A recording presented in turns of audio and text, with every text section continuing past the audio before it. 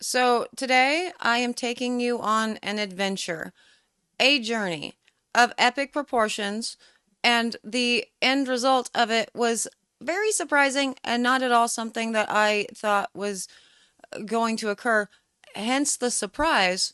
And it was all because a sudzer decided that she wanted to play around with the recipe, and then she gave it to me, and then I made it, and it was a bad time.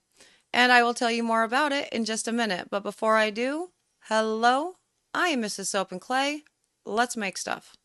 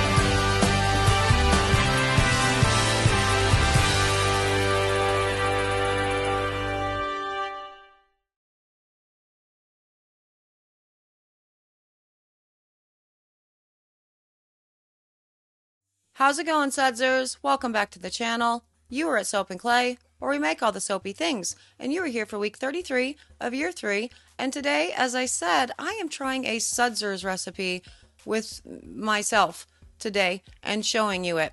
Now, I'm going to show you the recipe that I use, so I did make some substitutions with it, but the recipe is for a soap that I've never done before, and that soap is called a CMOS soap.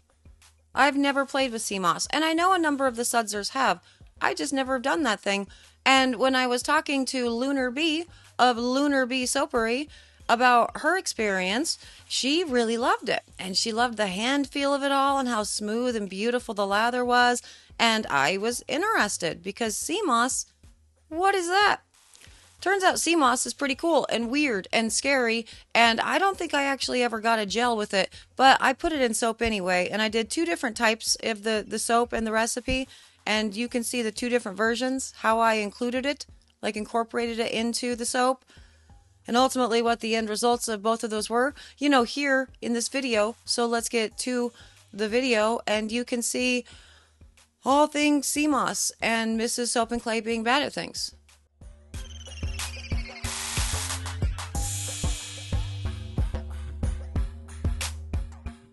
Flying blind indeed. So we are playing with CMOS today. Now this is sun-dried CMOS that says it's perfect for gel, and I am doing all those instructions. I soaked it, I drained it, I blended it, and it didn't really ever turn into what I would consider a gel. So those of you who have played with this, please let me know what your experience was with it. Didn't really give any sort of actual amounts of how much CMOS per water and stuff, so I just kind of did this, completely flying blind. Don't worry, I will give you both of the recipes that I used, in short order, but that's what I did. And when it was all said and done, I had some weird applesauce looking stuff. Now, with my recipe, I decided to go ahead and follow it pretty closely to Lunar Bee's recipe, but instead of using, I think she used a goat's milk, I decided to use an almond milk, which is a whole lot of fun. And I also decided to use this. I had this container of lye that was just kind of pushed behind a whole bunch of other stuff from years ago when I was waiting on a pallet of materials, and Essential Depot sold their lye on Amazon that could come to me next day. And so this lye is at least 3 years old. And so I was like, fine, cool. I'm just making 2 little batches. There's enough in here to do that. Awesome. Let's roll with that. And I went about my day. Now, I did the almond milk with all of this. Now, the almond milk that I use, it is of the vanilla and it is sweetened. And so there's going to be extra sugars in mine. So do keep that in mind. But I just took it directly from the fridge, all cold, and poured it into the thing, and then put the lye in. And as you can see, it didn't burn or scorch or anything. We didn't have any problems whatsoever. And when it's all said and done, I think the temperature is around 157 degrees. Now I'm doing 2 little batches, so basically 1 pound batches for all of this, incorporating the gel in 2 different ways. Because when I was talking with Lunar Bee, who had, told me all about her recipes and all the fun she's been having with CMOS soaps, she said that she had a good time incorporating it into the emulsified soap batter. And I thought, okay, so I don't usually like to incorporate things into emulsified soap batter except for just, like my exfoliants or my colors, I suppose. And so not usually at that stage do I actually put anything in. So I'll try it your way, but I'm also going to try it wherein I put it in to the oils themselves and mix it up really nicely with my clays and everything before putting the lye solution in. So this was my thinking. I wanted to try it 2 different ways to see if I yielded 2 different results. And yeah, that's my gel. That's what it was when it was all said and done. It looks like applesauce. Did I do it wrong? Let's go check out these recipes.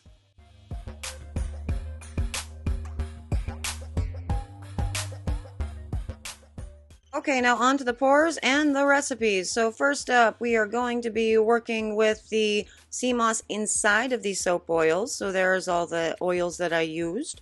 And we are also going to be using indigo in 3/4 of the batch because I'm going to pour off a little bit of the indigo or of the soap batter and keep it white, and most of it is going to be going green. And I wanted to do this, well, for a couple of reasons. 1, I'm super into indigo right now, and 2, I wanted to show you. Look, indigo is green sometimes, so, be careful. Pay attention to that. Now, I went ahead and put the CMOS into the actual oils and all of this, as you can see, and it looks a little bit chunky, right? Like things are separating, but I blended it in along with my kaolin and all of the jazz, and my lye solution there, as you can see, really, it's quite a lot of fat in almond milk.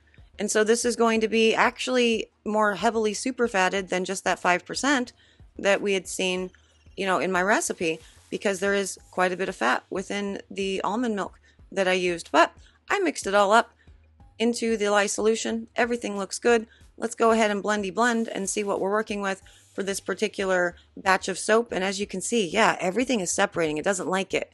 It's angy.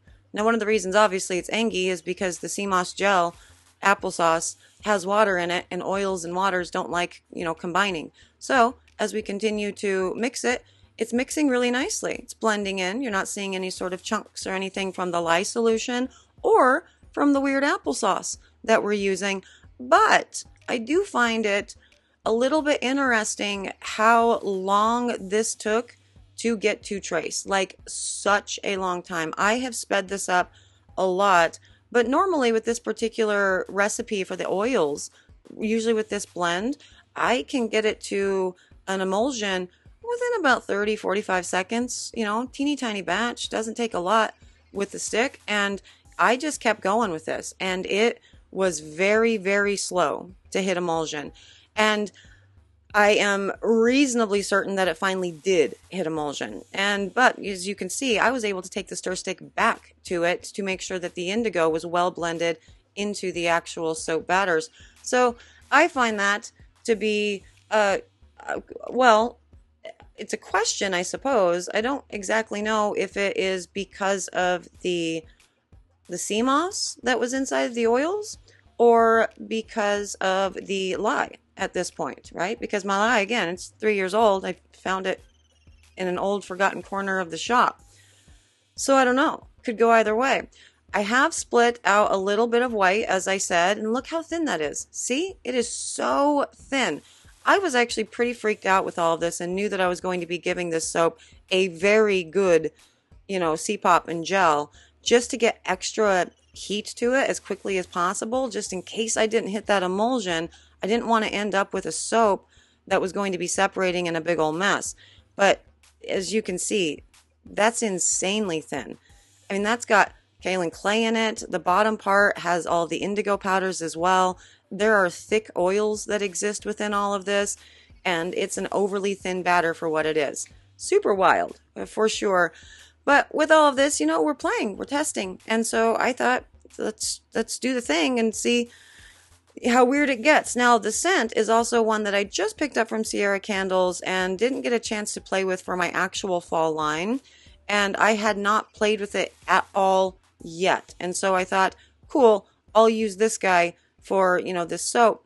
And I soaped it at 3% of the total weight of the oils, as you can see here with the second recipe. So really the only thing that's changing is that the CMOS is going in after emulsion, and I am using madder root instead of, the indigo powder. So samesies with this, but because the CMOS gel is not in this particular, in this oil yet, like we have not put it into the soap batter yet, it still took a really long time to hit an emulsion. Again, not 100% sure that I did hit emulsion. And so I now have to go with, this is probably the lye that's causing this. I have some lye that's not as potent. And so you'll get to see what happens when you use lye that's really old in soaps, I suppose. We are all on this journey. And of course I did this. I'm me, I find it so funny because Lunar Bee was DMing me and telling me all about her amazing CMOS soaps and all the cool things she did with it, all the tests. She loved it. She loved the hand feel. She loved everything about it. And I'm making these going, I've done it wrong. Why am I a disaster? And so, yeah, for this, I'm just going to go ahead and put in the CMOS applesauce into both containers like this and mix it up really nicely before the pour. The pour is going to be exactly the same as the green one. And yeah, they're both going to end up C-popped and gelled because, again, I'm concerned. It's a very, very thin batter. And I could have kept blending, I suppose, but I didn't. Whatever, it's a test. But anyway, yes, Lunar Bee loved all of the awesomeness of her CMOS soaps, and I ended up being very disastrous. But, it all ended up in the mold, and there wasn't any big signs of anything separating while I was pouring it, except for the ones that I'm about to show you, where it is super separating and super weird looking. And I'm going to zoom in and show you that, because it's a moment, And, yeah, look how thin that is. I'm going to go with not an emulsion. But as I've said within, our how to, back to basics with our cold process, whatever, one of the reasons why I do encourage new soap makers to C-pop and gel is because it is giving an extra heat cycle to these soaps to give them a fighting chance if you didn't quite hit your emulsion. But as you can see, that's wonky, and I don't know. I don't know if it's wonky because of the CMOS gel that's in here right now, or because it's not really an emulsion and it's trying to separate. But my first batter did not look like this by any stretch of the imagination, and I had blended the CMOS into my oils before proceeding. Now, you see there? Yeah, it's real grainy. It's not great. It's pretty scary. And it was actually so scary that I was keeping an eye on this all day. And so I want to show you what I saw like 6 to 9 hours after I'd poured it, expecting a very firm batch of soap, and it not being at all what I saw.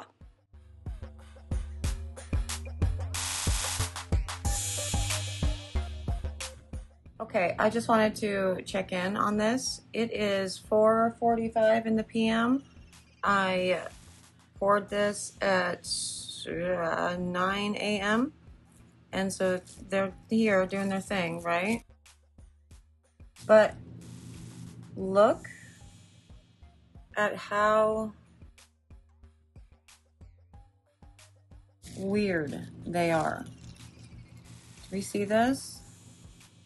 Do we see how weird? Like, I really want to touch it, but I'm not going to touch it. Hold on. Do you see this? My soap never stays this soft this long. So this is a moment. I'm going to go ahead and go with this is probably a fail. That one, really more than that one. But they are both Real weird. I mean, it's just dripping off.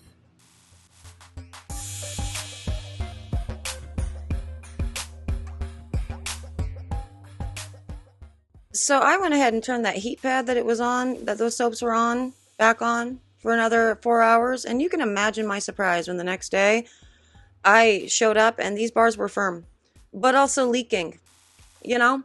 And so it's an interesting thing. I still didn't expect it to come out of the mold at all by any stretch of the imagination, just because of what I had seen, like, 6 to 9 hours after I had poured it. But I will be damned if they didn't pop right out and left a very clean mold behind. Much like we saw when we were messing with lye solutions and putting like banana peels and stuff into the lye solutions. And so for that reason, I'm interested. I definitely want to see what the soap does, with the lather test and everything. But I was shocked that it ended up so firm. Now, real quick, I don't know anything about CMOS, so I checked the Googles, and the Googles say that CMOS topically is a great thing. It says it has a very high sulfur content, therefore it is good for antibacterial, antiviral, antimicrobial functions, according to InStyle.com. Who else? Mind Body Green says it helps maintain a healthy complexion. Healthline says it has the potential to help acne and rosacea related changes to the skin. So apparently it can help hydrate the skin and help with the oil production and help with the acid mantle and all the jazz. That sounds fun. It sounds like something that I definitely want to play with more, but I haven't done really real research into any of it. But so all I can really say is yes, confirmed, it has high levels of zinc and sulfur, because that makes sense. Now this guy, you can see a lot of different little, marks in all of that. Now those are not going to be lye pockets for sure, because that is not what lye will look like if it starts to separate. I think that might be my applesauce CMOS gel going on. And as you can see when I cut them, they're definitely getting a lot of moisture. They're releasing a lot of moisture as well. Now, do you pay attention to my water content? I kept my water content as high as I normally do for all of this, and then added the CMOS gel applesauce, which also had water in it at 10%. And so this may be extra water coming out as a result of the essentially 2 heat phases that I put this through. This may be the scent leaking out. Maybe the scent is not great and doesn't play well in cold process, but I don't ever buy scents that are going to be problematic in cold process, so it would be strange if I had decided to do so. I did go ahead and pH test these, and they are not lye heavy. I did it immediately right now, and I also waited a couple days. That's cute. To do it and test again. Neither one of them are lye heavy. The green one I did go ahead and test the lather of as well, and it is a delightful lather. The actual hand feel on it has a beautiful slip to it. The lather is great. I love the feel of the bubbles on my skin. Very, very nice. Nice moisturizing going on with it as well. That guy, I think it's because I didn't get a proper gel, right? Because I mixed the CMOS in after we hit an emulsion or whatever, but it ended up more angry than the other one, and we definitely have some pockets of like the gel still hanging out. So I'm not as in love with that, but also I messed this up in so many different ways, from bad lye to new fragrances, so it was a journey. Yeah, so it really wasn't me being bad at things necessarily, but there were a lot of moving parts in there, a lot of different factors that could have caused some of the problems that we have. I mean, obviously, first, very, very old lye. It was weird. I wanted to try it out. Second, I have never used CMOS before, and I'm not sure I actually got a gel because mine looked like applesauce. Three, oh, the fragrance. I'd never actually played with that fragrance before. It might seep. It might do the thing. So, there's kind of a lot with all of that, but ultimately it did survive saponification. And I guess what I was looking at, like 6, 7, 8, 9 hours in was a really weird gel phase. Never seen a soap do that before, but they did cut, they do test just fine. And yeah, the hand feel, while I'm not messing with the red one yet, I want to see what it continues to do. The green one, lathered beautifully, feels delightful in the hand. I love it. 10 out of 10. If you guys are doing CMOS soaps or whatever, talk to me about it in the comments. I want to see what your experiences were with this and how you incorporate them. Because incorporating them within the actual oils themselves and not within the saponified batter seemed to work better for me. But Lunar Bee had done a whole bunch of these soaps, and she said that it worked really good to put it in the emulsified batter, not saponified. And I'm not cutting any of that out. No cuts today. But yeah, I thought it was really cool and a lot of fun. So let me know, again, your journeys with CMOS. That one's mine. It's a moment. I'm definitely going to play with it some more. I want to look into some more information about it and kind of research, all of the benefits of CMOS and whatnot before I get super duper on board. But as far as just fun stuff and soap, hey, awesome. I love this. Thank you, Lunar Bee, for sharing your recipe with me. Thank you for encouraging me to try. And thank you for coming up with some really fun, future challenges for Project Soapway by sort of using and incorporating, designs and weird recipes and stuff. So be on the lookout for one of those in the very near future. For me, I'm out of here. I don't know if you can hear it, but Soap and Clay Kidlet is just in the living room that I usually try to cut out of the shot, but she's kind of there. She's there. She's right there. So I'm going to go hang out with her, but thank you for joining me. I appreciate you so much. The Sudsers, you guys are amazing. You are all the things. This is a crazy, busy, nutty time of the year. I'm pretty sure that all of us have 10, 12 million things going on right now, and I wish us all the best in all of it. And remember, we will survive. And in January, you're going to get a break, and you're going to be bored. And so you're going to start this whole crazy train over again. But for now, it's not January. It's still September, and we still have to go do the business. So go to it. Go do it. I will see you guys all again tomorrow. No, not tomorrow. Couple days for another round of soapy fun. Bye.